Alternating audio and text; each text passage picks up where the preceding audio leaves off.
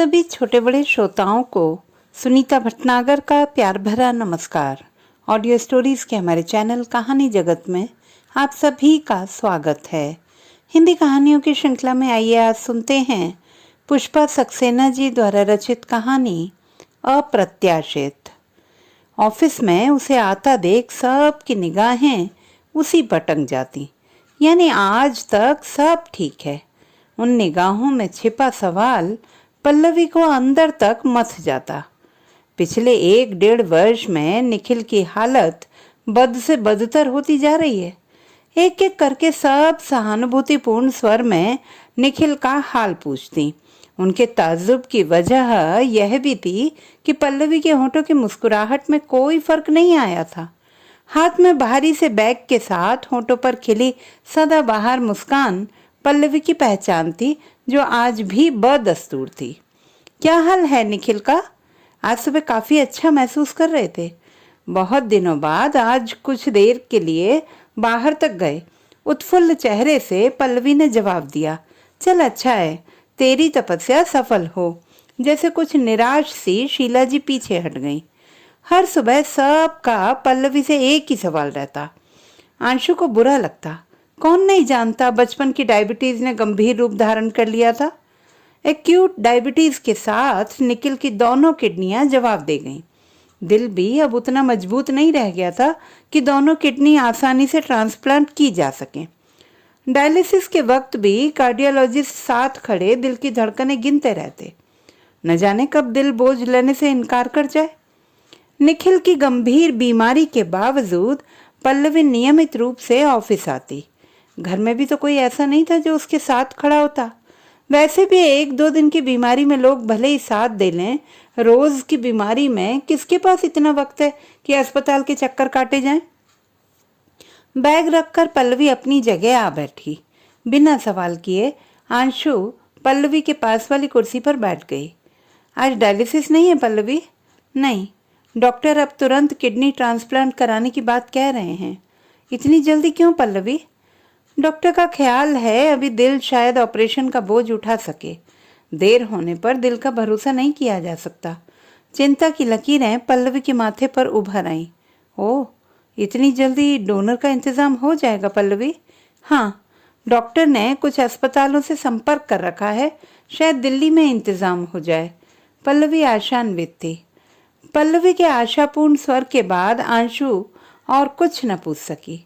उसके मन में बार बार एक ही सवाल उठता था, किडनी ट्रांसप्लांटेशन के लिए रुपयों की व्यवस्था पल्लवी कहाँ से करेगी? एक बार डायलिसिस में ही काफी बड़ा खर्च आ जाता है। मध्य वर्गीय नौकरी पेशा वाली के पास इतना पैसा कहाँ से आएगा? पिछले 2-2.5 महीनों से निखिल डायलिसिस पर चल रहे हैं। अक्सर बदन में फ्लूइड भर जाता तो जमीन पर पांव रखना भी मुश्किल हो जाता। निखिल का सूजा बदन और मुंह देख पाना सबको सहज नहीं हो पाता। उसी निखिल के बारे में पल्लवी जिस सहजता से बातें करती कि लोग दांतों तले उंगली दबा लेते। पल्लवी की एक और खास बात थी, अपने दुख और समस्याओं की चर्चा उसने कभी किसी से नहीं की। अंशु को लगता कि वह किसी खास मिट्टी की बनी थी, वरना जहां ऑफिस की दूसरी महिला सहकर्मी जरा जरा सी बात का रोना ले बैठती, अपनी गंभीर समस्या के बारे में पल्लवी ने कभी एक शब्द नहीं कहा किसी से।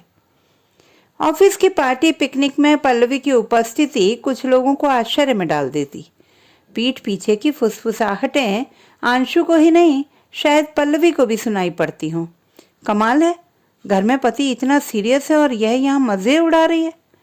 मानना पड़ेगा बहुत बड़े जिगरे वाली है। हमारे उनको तो मामूली बुखार भी हो जाए ना तो सच मानो जान ही निकल जाती है, मिसेस मलकानी फुसफुसाकर कहती। ठीक कहती हैं, पल्लवी के पति को तो मामूली बुखार तो है नहीं ना, चिढ़कर आंशु जवाब दे डालती। तू तो बेकार ही नाराज हो जाती है। क्या हमें उससे हमदर्दी नहीं है? पर हर बात की एक हद होती है, शीला जी तिलमिलाती।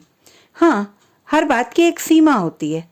क्या आप नहीं जानती कि पिछले 1-1.5 वर्ष से पल्लवी कैसी जिंदगी जी रही है? क्या जरा सी खुली हवा में सांस लेने का अधिकार उसे नहीं है? आंशु नाराज हो उठती। हमें क्या पड़ी है, जिसका जो जी चाहे करे। मिसेस मलकानी ने मुंह फेर लिया। तू क्यों मेरे लिए सबसे झगड़ा मोल लेती है आंशु? तू मुझे समझती है, बस मेरे लिए इतना ही काफ़ी है, पल्लवी अंशु को समझाती। बात लड़ाई की नहीं है, मुझे उनकी जहालत पर गुस्सा आता है। क्या फ़र्क है इनमें और अनपढ़ औरतों में? अंशु उत्तेजित थी। जाने दे अंशु, खुद मेरा क्या, कहीं आने जाने का मन करता है क्या मेरा? निखिल ही बार बार जिद करके भेजते, न जाऊं तो उनका अपराध बोध इस हद तक बढ़ जाता है कि संभाल पाना मुश्किल हो जाता है, एकदम अपसेट हो जाते हैं। जानती हूँ पल्लवी, 30 वर्ष की उम्र में तू तपस्विनी बन गई है। जिस हिम्मत के साथ तू स्थिति का सामना कर रही है ना, शायद उसी की वजह से निखिल इतने सामान्य रह सके। हाँ अंशु, निखिल कहते हैं बात सिर्फ मेरी नौकरी के पैसों की ही नहीं है। उन्हें लगता है मेरा घर से बाहर निकलना इसलिए भी ज़रूरी है कि 4 लोगों से बात करके मन बदल जाए, वरना कमरे की 4 दीवारी और अस्पताल के वार्ड्स में ही जिंदगी सिमट कर रह जाती है। कहते हैं कमरे की कैद उनकी तो मजबूरी है, पर मेरी कैद उन्हें मंजूर नहीं है। पल्लवी की आवाज़ रुंध सी गई। ठीक ही तो कहते हैं, तू बड़ी बहादुर है पल्लवी। अगर तू ऐसी ना होती ना, तो निखिल की जिंदगी और भी बोझिल हो उठती। जानती है अंशु, कभी मैं डरपोक लड़की के नाम से जानी जाती थी। हल्की मुस्कान के साथ पल्लवी ने पहली बार अतीत के पृष्ठ पलटे थे। कांट बिलीव, तू और डरपोक? अंशु हंस पड़ी। सच कहती हूँ अंशु, किसी मौत की खबर सुनकर पूरी रात सो नहीं पाती थी। एमए करने तक छिपकली से डरकर अम्मा से चिपट कर सो पाती थी, और अब हर पल मौत की आहट सुनते हुए भी निशंक सो जाती हूँ। म्लान मुस्कान होंठों पर तैर गई। घबरा नहीं, तेरी तपस्या बेकार नहीं जाएगी। किडनी ट्रांसप्लांट होने के बाद अक्सर लोग बिल्कुल ठीक हो जाते हैं। अब तो सचमुच बहादुर है पल्लवी। अंशु ने बात परिहास में टाल देनी चाहिए। असल में मैं सिर्फ डरपोक ही नहीं, बेहद नर्वस टेम्परामेंट वाली लड़की थी। घर में सबसे छोटी होने की वजह से सबकी लाडली थी। कभी कोई काम इंडिपेंडेंटली करने का मौका ही नहीं मिला। फिर अब तूने इतना सब कुछ कैसे संभाल लिया पल्लवी? निखिल को डायलिसिस के लिए ले जाना, 10 बार अस्पताल के चक्कर लगाना, घर, ऑफिस, बेटी, सब कुछ तेरे ही कंधों पर तो है। दूसरा कोई उपाय भी तो नहीं है ना अंशु? निखिल अकेले बेटे हैं, एक बहन है, वह भी दुबई चली गई। ससुर जी उम्र की वजह से अशक्त हो चले, फिर भी घर में उनकी उपस्थिति से बल मिलता है। सच, वक्त के साथ इंसान कैसे बदल जाता है। तू इसकी जीती जागती मिसाल है पल्लवी। अंशु के स्वर में आदर सा उभर आया था। आज जिस पल्लवी को तू देख रही है ना, वह अपने अम्मा बाबूजी की नहीं, निखिल की पल्लवी है। हल्का सा गर्व छलक आया था पल्लवी की आवाज में। एक बात बता, हर सुबह सबके सवालों का जवाब देते खीज नहीं आती? नहीं अंशु, पर एक डर जरूर लगता है, एक दिन शायद सब ठीक ना रहे। कैसे कह सकूंगी कि निखिल नहीं? अचानक पल्लवी सहम सी गई। ऐसा क्यों सोचती है पल्लवी? क्योंकि निखिल का ठीक होना चमत्कार ही होगा। लोग अगर उसी प्रत्याशित की प्रतीक्षा कर रहे हैं तो क्या उनकी सोच गलत है? दूसरों की क्यों? क्या खुद मैं भी उसी का इंतजार नहीं कर रही? पल्लवी की आवाज जैसे कहीं दूर से आ रही थी। छी, तो इतनी हिम्मत वाली है, फिर भी दिल छोटा कर रही है।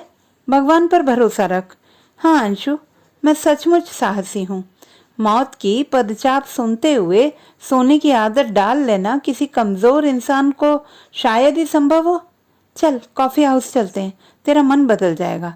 ना, आज नहीं, निखिल की ब्लड रिपोर्ट कलेक्ट करनी है। सच, तू सच्ची साधना कर रही है पल्लवी। अगर कोई किसी को अपनी जान से भी ज्यादा प्यार करे तो उसके लिए कुछ भी करना बहुत आसान लगता है। तपस्या या साधना जैसे शब्द उसके आगे बेमानी हैं। तो निखिल को बेहद चाहती है ना पल्लवी? उनके बिना जीने की आदत कैसे? अचानक अपनी बात कहती अंशु ने जीभ काट ली। क्या कह गई वह? हाँ अंशु, निखिल के बिना रह पाना शायद आसान ना हो, पर डॉक्टर हर बार कहते हैं कि किसी भी सिचुएशन के लिए मुझे तैयार रहना चाहिए।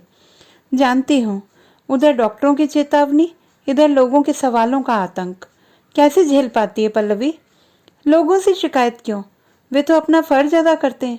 हाँ, कभी उनकी आंखों में झांकता सवाल, और कब तक खींच सकेगी, दिल मिला जाता है। कभी कभी हमदर्दी भी पीड़ा का कारण बन जाती है अंशु, यह बात अब जानी है। निखिल की मनः स्थिति तो और भी ज्यादा तकलीफ दे होगी पल्लवी, यही तो ताज्जुब है आशु। जिंदगी से बेहद प्यार करने वाले निखिल जानते हैं कि जिंदगी उनके हाथों से फिसली चली जा रही है, फिर भी कोई शिकायत नहीं, कोई अवसाद नहीं। मुझे हिम्मत देने के लिए कभी बेहद तकलीफ होने के बावजूद सामान्य रहकर जबरन मुस्कुराते हैं। कभी उनकी आंखों में अनगिनत सपने हुआ करते थे। सारी दुनिया को जीत लेने की आग रहती है कभी कभी, वह आग अब मंद पड़ गई है। सपने जम गए हैं, लेकिन मुझे तराशने में जी जान से जुटे हैं। क्या निखिल तुझे तराश सकते हैं? हाँ अंशु, शादी के बाद हर काम के लिए निखिल पर निर्भर रहती थी मैं।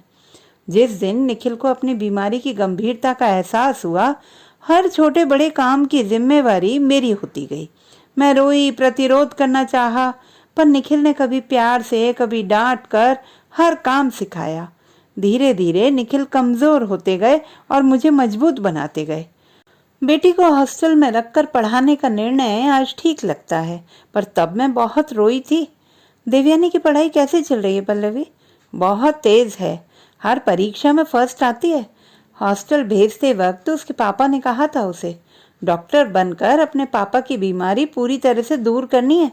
बस जी जान से पढ़ाई में जुट गई है। सच, निखिल जैसे इंसान कम होंगे। इतने कर्मठ सक्रिय व्यक्ति को घर पर रहना कितना खलता होगा ना। जब तक शरीर ने पूरी तरह जवाब नहीं दे दिया, अपना हर काम खुद करते रहे।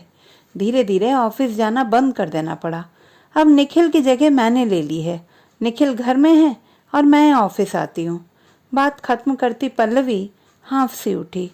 तू तो दूसरों के लिए एक मिसाल है पल्लवी। नहीं अंशु, मैं इन शब्दों के लायक नहीं हूँ। आदमी हमेशा से लापरवाह होते हैं। निखिल को बचपन से डायबिटीज थी। डॉक्टर ने उन्हें जो सावधानियां रखने को कहीं, उन्होंने उन पर ध्यान ही नहीं दिया। अगर डायबिटीज पर नियंत्रण रखा जा सके तो शायद किडनी और दिल बचाए जा सकते हैं। काश मैं उनकी ठीक केयर ले पाती। पल्लवी ने लंबी सांस ली थी। जाने दे, उन्हीं को कौन टाल सका है। अब तो उनकी केयर लेने में तो कोई कसर नहीं छोड़ रही है। भगवान चाहेगा सब ठीक हो जाएगा। तेरी बात सच हो अंशु, मैं तो विश्वास हार रही हूँ। पल्लवी उदास हो आई। 4-5 दिनों से पल्लवी ऑफिस नहीं आ रही थी। पता लगा निखिल की किडनी के लिए कोई डोनर मिल गया है। निखिल को लेकर पल्लवी दिल्ली गई है। महिला सहकर्मियों की चिंता का खास विषय यह था कि पल्लवी ने इतने ढेर सारे रुपयों का इंतजाम कहाँ से किया होगा। किडनी ट्रांसप्लांटेशन में 2-3 लाख रुपयों से कम का खर्च तो आएगा नहीं। किसने दिए होंगे? निखिल के ऑफिस ने तो पहले ही आर्थिक सहायता देने से इनकार कर दिया था।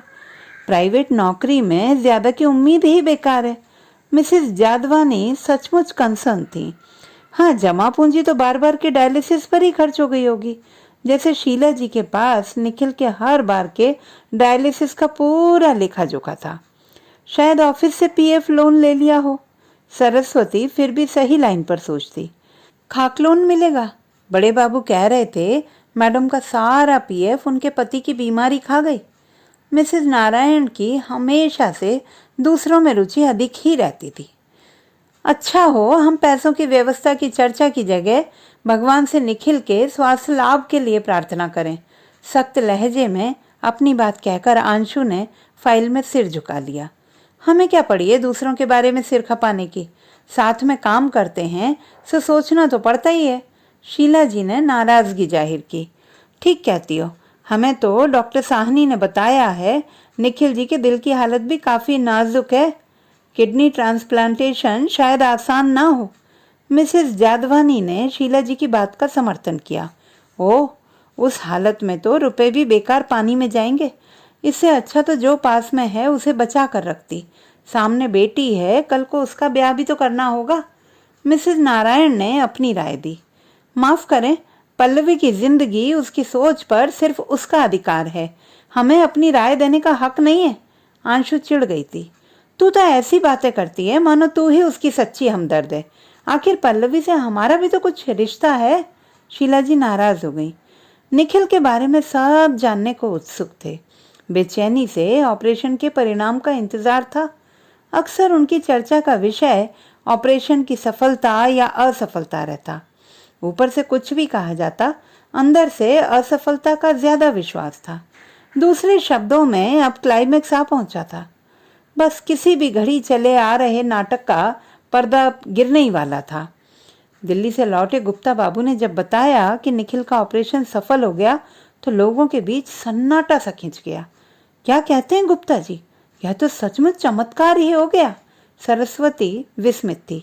अरे अभी क्या कहा जा सकता है, पहले यह तो देखो कि बॉडी किडनी एक्सेप्ट करती भी है या नहीं। मैं कई लोगों को जानती हूँ जिनका ऑपरेशन तो हो गया, बाद में शरीर ने प्रत्यारोपित अंग को स्वीकार ही नहीं किया। शीला जी ने अपना ज्ञान बघारा। यही चाहती हैं आप? अंशु अपना नियंत्रण खो बैठी। बात सचमुच सोचने की थी। ऑपरेशन की असफलता की स्थिति में हमदर्दी जताने के लिए हजार बातें थी। शीला जी ने दूर तक की सोच रखी थी। पल्लवी का दिल जीतने के लिए अपने घर में एक कमरा मामूली किराए पर देने का निश्चय वह कर चुकी थी। भगवान की कृपा है, पल्लवी जीत गई, पर आगे भी सब ठीक रहे। शीला जी ने बमुश्किल अपनी बात कही। हाँ, बेचारी पर भगवान को तरस आ ही गया। हमें तो उम्मीद कम थी, पर चमत्कार भी होते हैं। मिसेस जादवानी ने तरस दिखाया। पल्लवी कभी बेचारी नहीं थी। क्या उसने कभी किसी की सहायता मांगी, किसी के सामने रोई, गिड़गिड़ाई? आंशु का स्वर उत्तेजित था। हाँ, आंशु की ये बात तो सच है। पल्लवी ने किसी पर जाहिर नहीं होने दिया कि घर में उसका पति इतना सीरियस है। हमेशा हंसकर अपना दुख पीती रही। पहली बार मिसेस जादवानी ने पल्लवी के प्रति सहानुभूति दर्शाई। अब सबको पल्लवी का इंतजार था। 1 महीने बाद अपनी पुरानी मुस्कान के साथ पल्लवी ऑफिस में हाजिर थी। सब ने घेरकर बधाइयों की बौछार कर डाली। भाई पल्लवी, मिठाई कहाँ है? हमें तो ग्रैंड पार्टी चाहिए, सिर्फ मिठाई से काम नहीं चलने वाला। हाँ भाई, अब तो निखिल भी कमाएंगे, दुगनी इनकम हो जाएगी। शीला जी की ईर्ष्या बज उठी। लगता है सिर्फ पैसा कमाने के लिए ही निखिल जी को नई जिंदगी मिली है। क्यों शीला जी? आंशु का व्यंग्य स्पष्ट था। छोड़ आंशु, ढेर सारा काम पेंडिंग पड़ा है, पहले वो तो निपटा ला लूं। हल्की मुस्कान के साथ पल्लवी ने बात टाली थी। एकांत पाते ही आंशु ने पूछा, अब कैसा महसूस करती है पल्लवी? लगता होगा वर्षों का दुख पल भर में दूर हो गया। हाँ अंशु, आज ऑफिस में बड़ी विचित्र सी अनुभूति हुई। पल्लवी कुछ कहते कहते रुक गई। क्या हुआ पल्लवी? सबकी दयापूर्ण नजरें झेलने की आदत बन गई थी। आज बधाइयों के पीछे छिपी निराशा इतनी साफ चमक रही थी, उसे झेल पाना सच बहुत मुश्किल लगा। पल्लवी की आंखें पनीली थीं। पल्लवी के गंभीर चेहरे को आंशु अवाक ताकती रह गई। तो दोस्तों, यदि हमारी आज की कहानी आपको कैसी लगी, कमेंट बॉक्स में लिखना ना भूलें। चैनल को सब्सक्राइब करें, लाइक करें और मित्रों के साथ शेयर करें।